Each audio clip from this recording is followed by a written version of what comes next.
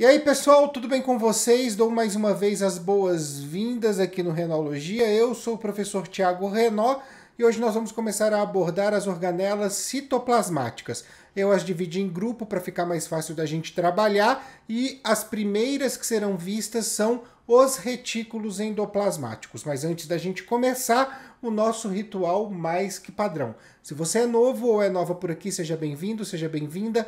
Aproveita e inscreva-se no canal, ative o sininho das notificações, dê o seu like, porque isso ajuda demais o canal a crescer. Pega papel e caneta, porque é hora do estudo. Quando eu falo de retículo endoplasmático, dos retículos endoplasmáticos, tanto liso quanto rugoso, eu obrigatoriamente estou falando de organelas presentes em células eucariontes. Por que isso? Porque essas organelas, elas partem da membrana nuclear e seguem em direção à membrana plasmática, invadindo, expandindo-se pelo citoplasma. Nessas duas organelas, tanto no rugoso quanto no liso, nós encontraremos o setor de produção da nossa fábrica, trabalhando com essa comparação, onde aquilo que tem valor será produzido para depois poder ser comercializado.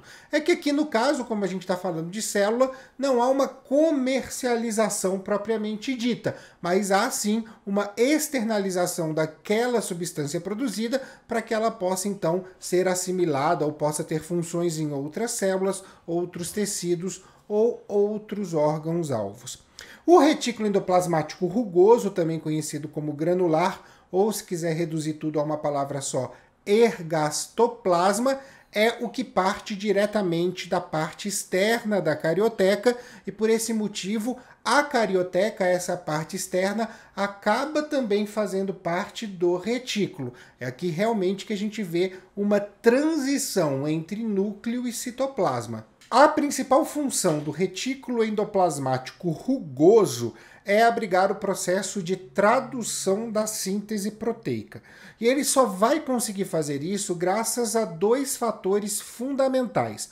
O primeiro deles é justamente essa união com o núcleo, já que o processo de tradução depende do processo de transcrição que acontece no material genético, no DNA. E se isso não ocorre, nós não temos a síntese de proteínas.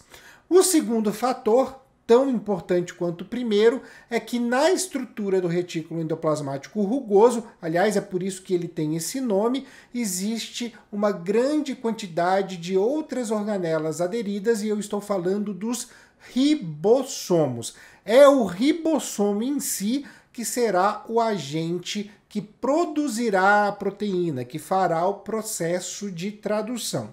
E essas organelas, que são bem pequenininhas, elas são formadas por duas unidades, duas subunidades, que são compostas por proteínas e por um RNA especial chamado RNA ribossômico. Quando a gente tem a fusão dessas duas subunidades, a formação do ribossomo, que é diferente nas células procariontes e eucariontes, nós temos então a condição de abrigar, junto com a ação do RNA transportador, o processo de tradução na síntese proteica. Como a gente pode ver aí na imagem pequenininha no canto da tela, está aí o RNA mensageiro passando pelo ribossomo. Então a gente já imagina que esse ribossomo está aderido na membrana do retículo endoplasmático rugoso e aí eu tenho a formação da cadeia peptídica, a formação da cadeia proteica. Bem, o que eu vou ter também, no caso dos ribossomos, é que alguns deles estarão soltos pelo citoplasma. Nem todos estão aderidos diretamente no retículo endoplasmático rugoso. E por que é importante dizer isso? Porque os ribossomos que estão dispersos pelo citoplasma possuem uma missão muito nobre para a célula, porque são eles que vão produzir as proteínas que serão utilizadas dentro da estrutura celular. Dessa maneira, fica muito fácil da gente concluir que as proteínas produzidas pelo retículo endoplasmático rugoso são destinadas ao lado externo da célula. Isso não está errado, mas temos que contabilizar nesse lado externo da célula também as proteínas de membrana, porque afinal de contas, elas como são transmembranas, ou seja, estão em contato tanto com o lado interno quanto o lado externo, também são produzidas pelo retículo endoplasmático rugoso. Isso só acontece porque uma vez que o ribossomo produz no lado externo do retículo a proteína, ela é internalizada, colocada em uma espécie de vesícula para poder seguir para o seu destino. Afinal de contas, a gente precisa entender que esse é o processo de produção. Ainda precisa ser passado pelo processo de empacotamento, algo que falaremos num próximo vídeo. Bem, o ergastoplasma, o retículo endoplasmático rugoso, também tem a capacidade de produzir outra substância, alguns glicídios. E esses glicídios serão devidamente aderidos a essas proteínas produzidas para formar glicoproteínas. Então, não só de proteína vive o ergastoplasma. E aí, quando a gente pensa em retículo endoplasmático rugoso, a gente pensa nas cisternas, aquele bando de pontinho que são os ribossomos, mas à medida que ele vai avançando para a membrana plasmática, em direção à membrana plasmática, esses ribossomos vão ficando mais escassos, as cisternas vão se formando em tubos, em bolsas, e aí a gente faz a transição. O que era retículo endoplasmático rugoso torna retículo endoplasmático liso, e a figura mostra isso bem para vocês. Dá para a gente perceber perfeitamente que mesmo tendo a mesma composição membranosa, nós temos uma estrutura bem diferente das duas organelas. As cisternas do retículo endoplasmático rugoso, do retículo endoplasmático granular, muito bem definidas e se comunicando, e as tubulações do retículo endoplasmático liso seguindo a partir deste momento. Nesse retículo endoplasmático, no retículo endoplasmático liso, eu terei algumas enzimas que são muito importantes para o funcionamento do organismo, porque é justamente nessa organela que nós teremos a síntese de lipídios, por exemplo, os hormônios sexuais, que são baseados no colesterol, que são hormônios esteroides, e eu também terei enzimas que vão atuar em drogas, em substâncias químicas, e vão promover o processo de desintoxicação do nosso organismo. Dessa maneira, eu não posso, em hipótese alguma, também não atribuir ao retículo endoplasmático liso um processo de produção como a gente tem no rugoso, mas ele tem esse plus para poder combater drogas, metabolizar drogas e, obviamente, participar deste processo de desintoxicação.